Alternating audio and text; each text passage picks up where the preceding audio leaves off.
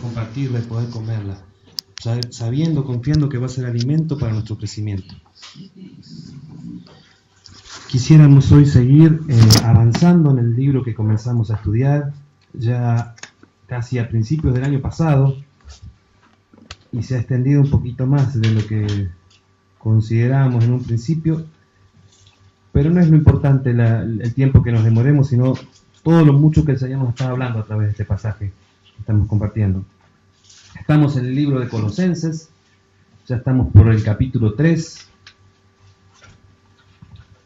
estamos en la sección donde el apóstol Pablo está haciendo recomendaciones prácticas, y de lo que quisiéramos hablar hoy, si usted lo compara con lo que se escucha cotidianamente, va a decir que parece un contrasentido con lo que la sociedad nos va a decir al respecto de lo que vamos a hablar hoy, y el título con el que lo vamos a mencionar. El título es La bendición del trabajo. Dice el pasaje que vamos a compartir, que se encuentra en Colosenses 3, del 22, y vamos a leer hasta el capítulo 4, el versículo 1. Es un poquito extenso, vamos a leerlo.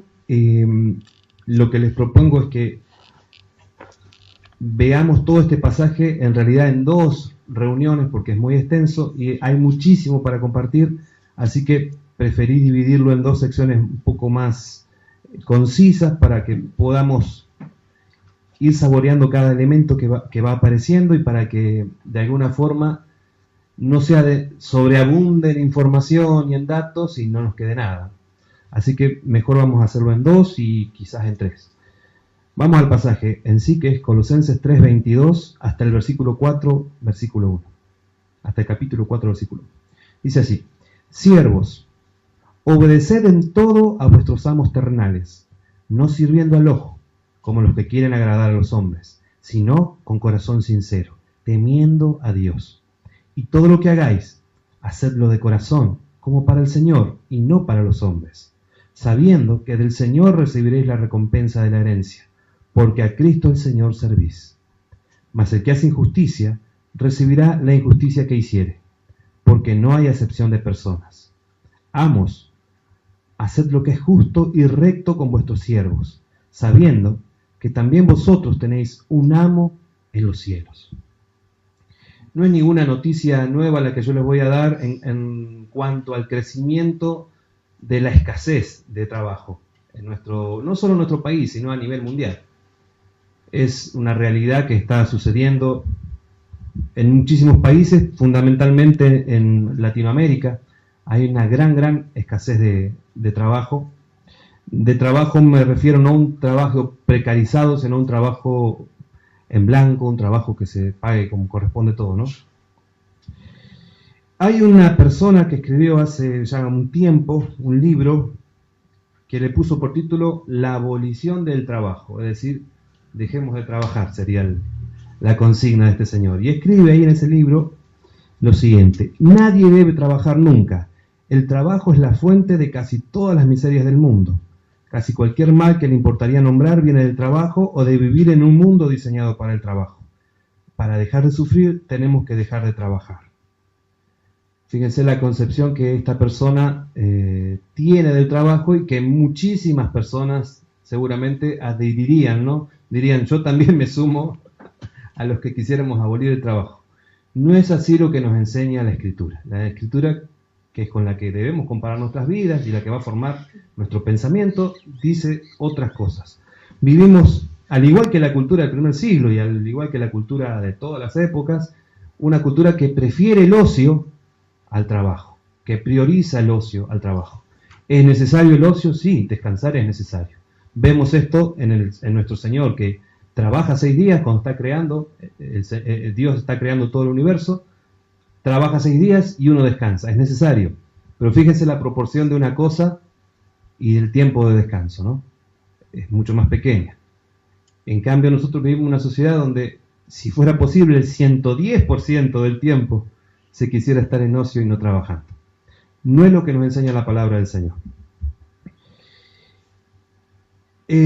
Yo quisiera tratar este tema me pareció sumamente importante dentro de las relaciones que los cristianos establecemos con las personas, con los ámbitos. De eso comenzamos a hablar y ya hemos tocado el ámbito de la familia, el ámbito de la iglesia. Primeramente hablamos de nuestra relación fundamental, prioritaria, que es con Dios, pero también abarca esa relación o incluye las relaciones que tenemos con los demás, con nuestro prójimo. Hay una fuerte sospecha por muchísimos teólogos y por muchísimas personas que estudian esta cuestión del trabajo, de que los cristianos no vivimos o no tenemos una adecuada relación con el trabajo. Hay quienes lo consideran como una especie de mal necesario que hay que hacer y que se justifica porque en algún momento vamos a tener la oportunidad de predicarle a alguno. No es esa la concepción bíblica del trabajo. Hay otras personas que se van al otro extremo, ¿no? Y hacen del trabajo el centro de su vida, su Dios. Y trabajan 30 horas al día, si tuviera 30 horas al día. A esta incapacidad que tenemos a veces los cristianos para conectar nuestro trabajo o el ámbito del trabajo con el ámbito entero sobre el que debe gobernar, sobre el que debe ser Señor, nuestro Señor Jesucristo, el pastor Sugel Michelén, que es alguien que me nutrió mucho para esta prédica, le llama la incapacidad de conectar el domingo con el lunes. El domingo vamos a la iglesia y estamos victoriosos, puedo decir así, pero el lunes comienza nuestra actividad laboral, el ámbito cambia, las relaciones son quizás más difíciles de sobrellevar, esperemos que en la congregación no debiera ser así, deberíamos en todo ámbito ser los mismos, y si de nosotros o mientras de nosotros dependa, llevarnos bien con todas las personas, ¿no es cierto? Eso es lo que nos enseña la palabra. Pero la realidad es que existe muchas veces esta desconexión entre lo que vivimos el domingo y lo que vivimos el lunes. Lo que me propongo es que con la ayuda del Señor nosotros salgamos convencidos de que el Señor quiere ser Señor también de nuestro trabajo, del ámbito en el que nos movemos laboralmente. Esa es nuestra meta de hoy. Entender esto, que el trabajo es santo. ¿Sí? Pueden pensarlo un momento. El trabajo también es un ámbito sagrado, es un ámbito santo. Les propongo ver 4 puntos. El título entonces medio general sería El trabajo es santo. El primer punto que vamos a ver es Dios es nuestro ejemplo porque Dios está trabajando. Después, como segundo punto, vamos a ver cómo el pecado afectó el trabajo. El tercer punto es que el trabajo no es opcional. Y en el cuarto vamos a resumir y vamos a desarrollar un poco este concepto de que el trabajo es santo. Nosotros vemos en el comienzo de la Biblia, en el primer versículo, ¿quién me lo podría citar de memoria, el primer versículo de la Biblia? En el principio creó Dios los cielos y la tierra. Vemos que Dios está seguidito ahí más o unido a una acción, crear. Crear es trabajo más creatividad, más algo que se desarrolla, ¿no? Pero vemos que lo primero que está haciendo Dios es trabajar. Dios está trabajando. El Señor Jesús lo recuerda esto en una conversación que tiene con algunos fariseos que les cuestionaban que trabajara Él, que sanara un día sábado, ¿no? Y allá en Juan 5:17 les dice, mi Padre hasta ahora trabaja y yo también. O sea, hay un primer ejemplo que tenemos de Dios enseñándonos que el trabajo es bueno, el trabajo es santo. Él lo hizo, Él no hace nada que no sea santo, ni nada que no sea digno de Él. El trabajo, esa frase que decían, ¿no? Dignifica, bueno, sí, dignifica. El trabajo es santo. Este sería nuestro primer punto de reflexión. ¿Cuál es el concepto que ahora ya ustedes tienen en sus cabezas acerca de qué es el trabajo? Muchas personas lo ven como maldición. Yo quiero que ustedes salgan convencidos de que es una bendición. Por mucho que nos cueste después desarrollarlo, ¿no? El pasaje donde habla de que el pecado ha afectado el trabajo, es ese que si ustedes me acompañan, se encuentra en Génesis 3, 17 y 19. Todo ese episodio de la caída. En este momento en el que vamos a leer, en el que vamos a referirnos, estamos situándonos al momento que el Señor está diciéndoles las consecuencias que van a tener por su desobediencia. En Génesis 3, 17 dice así, Dios, ¿no? Y al hombre dijo, por cuanto obedecisteis a la voz de tu mujer y comisteis del árbol que te mandé diciendo, no comerás de él, fíjense cuál es la maldición. No es sobre el trabajo la maldición, es maldita será la tierra por tu causa. Con dolor comerás en ella todos los días de tu vida, espinos y cardos te producirá, y comerás plantas del campo. Con el sudor de tu rostro comerás el pan hasta que vuelvas a la tierra, porque de ella fuiste tomado, pues polvo eres y al polvo volverás. La maldición entonces no es el trabajo a partir de ahora, a partir de este momento va a ser arduo, va a ser difícil, pero no dice no vas a tener que trabajar, no trabajes más porque es difícil. A pesar de que es difícil el trabajo que vas a tener que hacer, aquellos que estamos en Cristo vamos a tener la gracia para poder realizarlo. El Señor, si bien el hombre pecó, cayó, y su relación con Dios se dañó, y su relación con todas las cosas, hemos estado viendo este tiempo, se dañaron, con su prójimo, también con su trabajo se dañó la relación por causa del pecado, el Señor lo puso de todas formas, según el Salmo 8:3 al 8, como una persona que está puesta con una misión, como un ser que está puesto con una misión sobre la tierra. Leo algún fragmento de este Salmo que dice así, cuando veo los cielos sobre tus dedos, la luna, las estrellas que tú formaste, digo, ¿qué es el hombre para que tengas de él memoria? ¿Qué somos nosotros para que Dios se acuerde de nosotros? Y el Hijo del Hombre para que le hiciste. Le has hecho poco menor que los ángeles y le coronaste de gloria y de honra. Le hiciste señorear sobre las obras de tus manos. Todo lo pusiste debajo de sus pies, ovejas, bueyes y todo, y asimismo las bestias del campo, las aves de los cielos y los peces del mar. La palabra del Señor al principio dice que la misión que le había delegado Dios al hombre era de sojuzgar la tierra, de ser un buen administrador de la tierra. El hombre peca y esa función se distorsionó. Pero ahora, cuando volvemos a estar en relación con Cristo, todas esas funciones comienzan una vez más a restablecerse, a restaurarse. Entonces este podría ser un segundo punto de pensar, de reflexionar. Ahora que estamos en Cristo, ¿cómo se ve nuestro cristianismo en el trabajo que realizamos?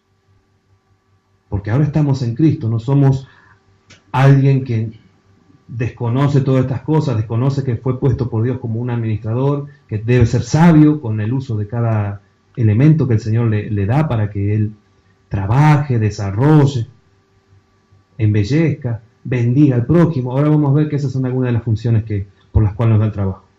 Hay un ejemplo muy claro de esto en el libro de Filemón. El libro de Filemón lo hemos leído en alguna ocasión porque una de las personas que vivía en Colosas, a donde está dirigiéndose esta carta escrita por el apóstol Pablo, vivía también ahí. Filemón vive en Colosas, es como el patrón, y cuenta la historia de Onésimo, recuerdan ustedes. Y este hermano era el siervo de Filemón. Onésimo aparentemente ha robado, ha hecho alguna cosa que no tenía que hacer en la casa de Filemón, ha escapado miles de kilómetros y ha llegado a Roma, donde está Pablo preso, y termina en la misma cárcel que Pablo. Y ahí Pablo le predica el Evangelio, Onésimo ha creído, está confiando en Cristo, y dice Pablo, es el hijo que engendré en mi prisión. Y hay un juego de palabras que Pablo utiliza, donde justamente el nombre Onésimo quiere decir útil. Pero imagínense qué utilidad tuvo este muchacho hasta entonces, que lo que ha hecho es robarle a su patrón y escapar. No ha sido muy útil, que digamos. Dice Pablo, ahora sí, ha conocido el Señor, ahora sí te va a ser útil. Conocemos al Señor, podemos ser útiles ahora a la sociedad, a nuestro hermano, para la gloria de Dios, fundamentalmente, ¿no? ¿Cómo refleja nuestro trabajo el cristianismo, nuestro cristianismo? Estoy por el tercer punto ya. Trabajar no es opcional. Mal que nos pese, nos dice el Señor. Y hay ejemplos muchos. Jesús, la gente decía, ¿no es este el carpintero? O sea, tenía un oficio claro el Señor Jesús. De los demás discípulos se sabe que muchos eran pescadores. Mateo, por ejemplo, era recaudador de impuestos. Muchos de los discípulos tenían un oficio claro, los otros también seguramente han trabajado, aunque no lo diga la palabra. Pablo, ustedes saben, según nos dice Hechos 18:3, que al encontrarse con Priscila y Aquila tenían el mismo oficio, que era construir carpas. Yo me imagino que las carpas que construía Pablo eran lo que le pedía, con la tela honesta, con las medidas justas que le pedían, no se quedaba con vueltos de lo que la sociedad o las personas que lo contrataban para hacer su tienda, su carpita. O sea, cumplía íntegramente con todo lo que le decían que tenía que hacer. Es más, no solamente nos da ejemplos bíblicos de personas trabajando en la Escritura, sino que también hay muchos ejemplos, cito algunos de Proverbios, en contra del que no le gusta el trabajo, que sería el ocioso, ¿no? O el perezoso. Dice así, por ejemplo, Proverbios 10:5, el que recoge en el verano es hombre entendido, el que duerme en el tiempo de la siega es hijo que avergüenza. Y después hay una comparación hermosísima con la hormiga. Ustedes lo tienen que haber leído alguna vez.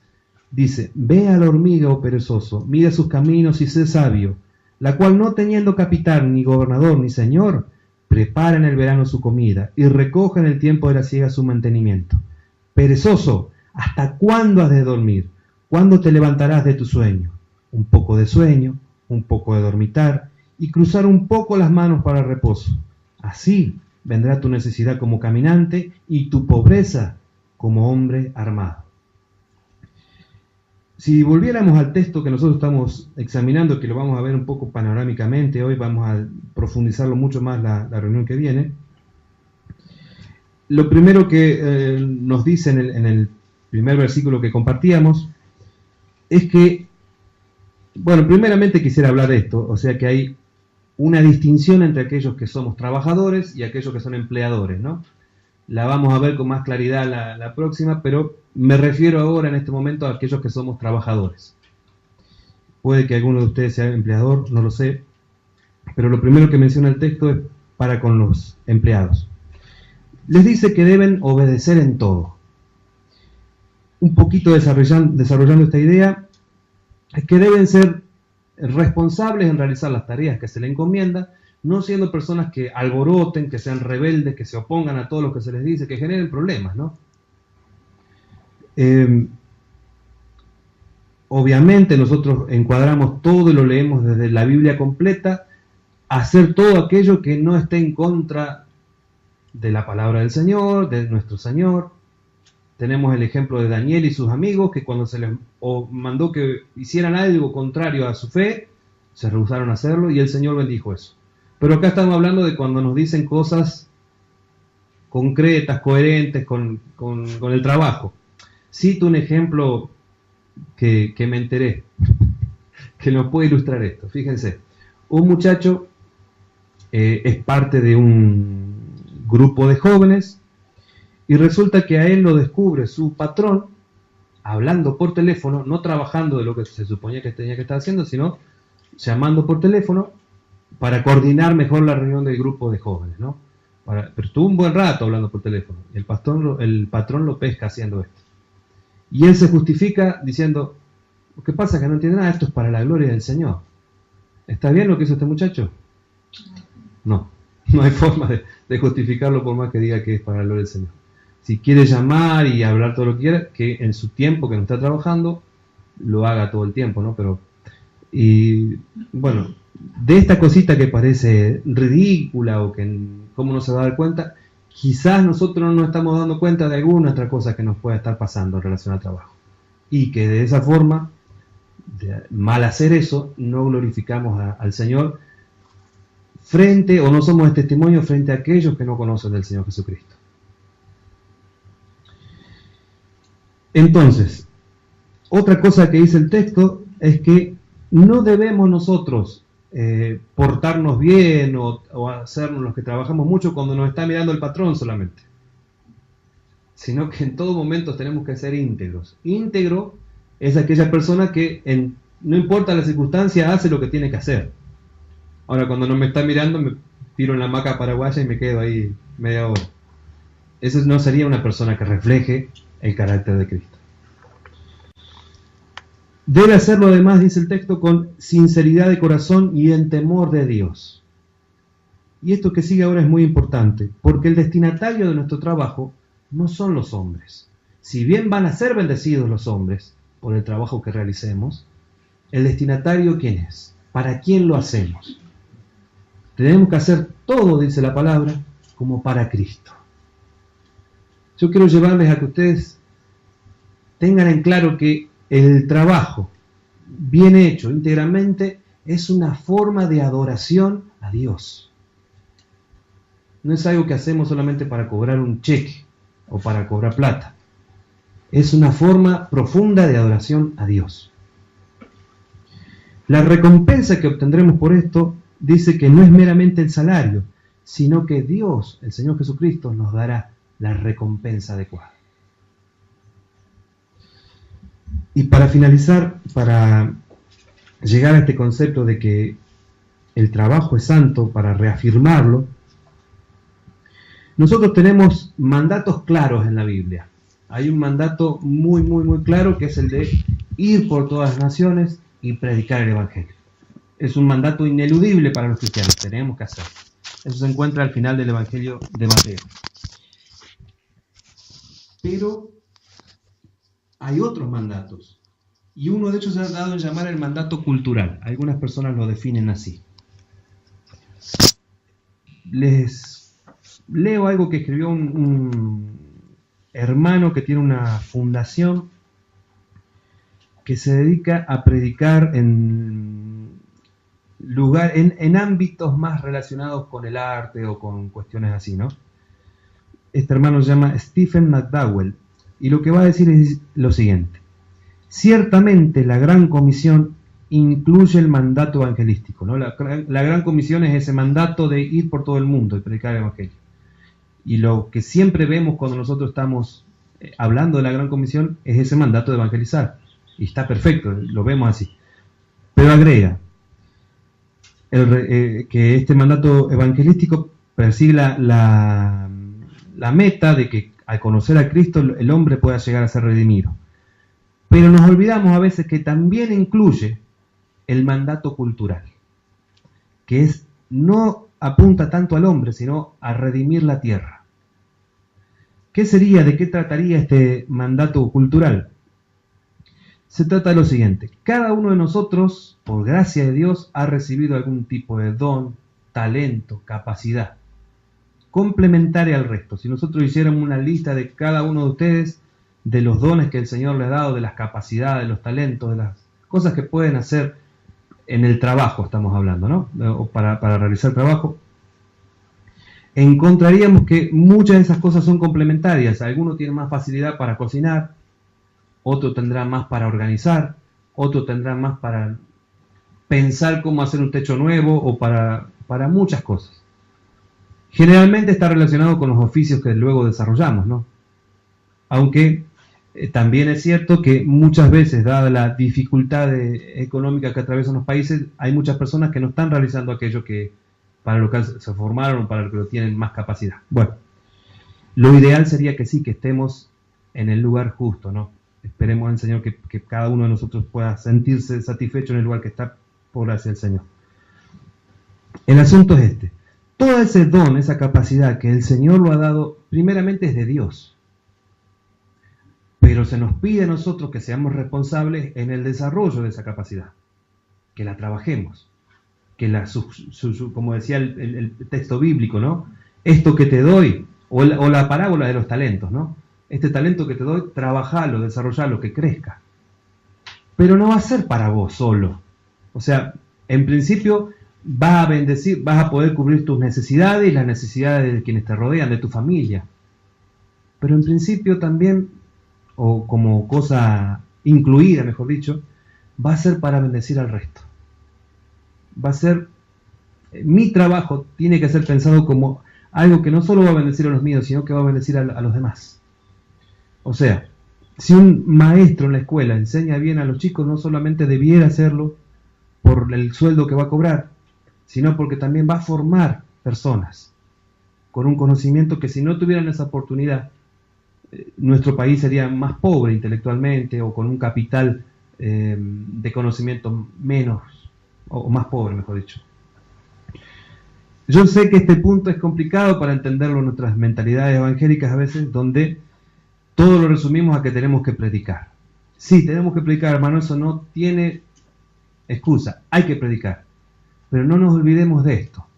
El pastor Sugel, que les comentaba al principio, que me ayudó a ver algunas cosas acá, dice, la Gran Comisión no elimina el mandato cultural. Es decir, que está incluido dentro de la Gran Comisión. ¿Qué quiere decir esto? Que el trabajo que sea que nosotros tengamos que desarrollar, lo hacemos como para el Señor. Ese trabajo va a bendecir mi vida, va a bendecir la vida de mi familia, porque me va a proveer para mis necesidades, pero va a bendecir también a los demás. Aunque yo no imagine cómo, aunque yo no me dé cuenta cómo. Una de las predicaciones que hizo nuestro pastor, cuando estuvimos visitándolo el fin de semana pasado, o el anterior, mejor dicho, era, por ejemplo, esto, cómo nos cuesta ver, o cómo nosotros nos imaginamos que el oficio pastoral bendice más que quizás el hermano que está limpiando el baño. Y ante los ojos de Dios es tan valioso un trabajo como el otro. Dentro de la iglesia nomás estamos hablando ahí, ¿no? Cómo nuestra mentalidad creamos como ámbito santo lo que pase dentro de la iglesia, no lo que pasa en nuestro trabajo, y fundamentalmente lo que pasa acá en el púlpito. Acá tenemos uno chiquito. Pero como que es más santo lo que pasa acá y lo que pasa acá adentro que lo que pasa allá afuera. Y es un error. Fíjense lo que dice, esto me abrió muchísimo la cabeza para entenderlo. Hay un hermano que escribe un libro sobre esto, se llama Tom Nelson, y dice lo siguiente: muchos seguidores de Jesús se pasan toda la vida trabajando con un sentimiento asfixiante, debido a que piensan de manera equivocada que su trabajo no es tan importante ni honra tanto a Dios como el trabajo de un pastor y de un misionero. Pero esta dualidad es cuando hay dos pensamientos que se chocan entre sí, ¿no? Pero esta dualidad del trabajo también se expresa de otras maneras. La dualidad del trabajo a menudo mueve a personas sinceras y bien intencionadas a dejar sus trabajos para los cuales están especialmente capacitados con el fin de ir tras un llamado superior. Este impulso, parecido al de los monjes de siglos atrás, que hace que los seguidores de Cristo se aparten del mundo cotidiano para ir a algún lugar sagrado y vivir una vida contemplativa, sumamente espiritual, es una muestra clara de esta distorsión. Y acá agrega lo que redondea, me parece que nos clarifica mucho más. Te voy a decir la verdad acerca de esto. No hay lugar más sagrado que el lugar de trabajo en donde Dios te ha llamado a servirle, donde trabajes para el bien de los demás. Trabajar honradamente, diligentemente, honestamente, es una forma de adoración a nuestro Dios. No hay espacios para la concepción bíblica, no debiera haber en nuestras cabezas espacios sagrados y espacios seculares. Todo ámbito donde nosotros nos movemos es sagrado. Somos santos porque el Señor nos ha hecho santos. Toda aquella cosa que realizamos también es santa, para su gloria. Queremos orar en este momento para que podamos comenzar a aplicar esto si no lo estamos haciendo. Y es probable que no, o alguno tal vez sí. Damos gracias al Señor si alguno ya lo vio esto, si el Señor se lo mostró. Pero quizás a muchos no. Y el Señor nos sigue hablando hoy de la necesidad de que también nuestro trabajo sea una expresión, primero, de gratitud hacia Él, porque Él en su gracia nos lo da. También una expresión de adoración a Él por sobre todas las cosas, y un acto de bendición a nuestros hermanos y a nuestro prójimo en general. Señor, queremos darte gracias, primeramente por los trabajos que nos has dado. Gracias porque también con ellos nos das la fuerza para poder realizarlos. Quizás a veces nos hemos quejado de que es duro, de que es difícil, de que es arduo, pero tu palabra nos da con claridad la respuesta de por qué esto es así, Señor. El pecado ha destruido esto que en principio era el trabajo. Esto que vos hacés también, porque seguís cada día sosteniendo la tierra, seguís sosteniendo el universo, seguís sosteniendo nuestras vidas, Señor. Gracias por seguir también trabajando en nosotros, Señor, hablándonos y sobre todo siendo pacientes con nosotros. Señor, queremos que tengas de nosotros piedad y nos perdones si hemos tenido una mala relación para con nuestros ámbitos de trabajo. Porque hoy nos llamás, Señor, a que también sean ámbitos santos, Señor. De que nosotros no vivamos un cristianismo de domingo que no sea la iglesia acá cuando venimos, Señor, sino que llevemos la iglesia o este sentido solemne y sacro a todos los ámbitos en los que nos movamos, Señor, a nuestras casas, a nuestros trabajos, a nuestros momentos de ocio también, Señor, a todas las relaciones que establezcamos, Padre. Danos, Señor Jesús, pon una vez más, Señor, en nosotros, que no lo tenemos naturalmente, pero que vos nos lo das, Señor, siempre, el deseo de mirarte a vos, el deseo de seguirte a vos, la capacidad para hacerlo, Señor, porque no está en nosotros hacerlo, pero damos gracias porque vos lo pones, Señor. Gracias, Señor, por dejarnos ejemplos. Gracias, Señor, por hablarnos. Gracias por enseñarnos. Ayúdanos, Señor, que en el momento donde este ámbito quizás se ponga difícil, podamos mirarte a vos, Señor. Podamos ir a vos que nos decís, vengan a mí los trabajados y cansados. Que podamos, Señor, refugiarnos en vos, teniendo la completa confianza de que nuestro trabajo, sea muy pequeño a la vista de la sociedad, o sea muy grande, o sea cual sea, a tus ojos es glorioso, te glorifica, Señor. Sirve para la extensión de tu reino, sirve para la alabanza de tu gloria. Gracias, Señor.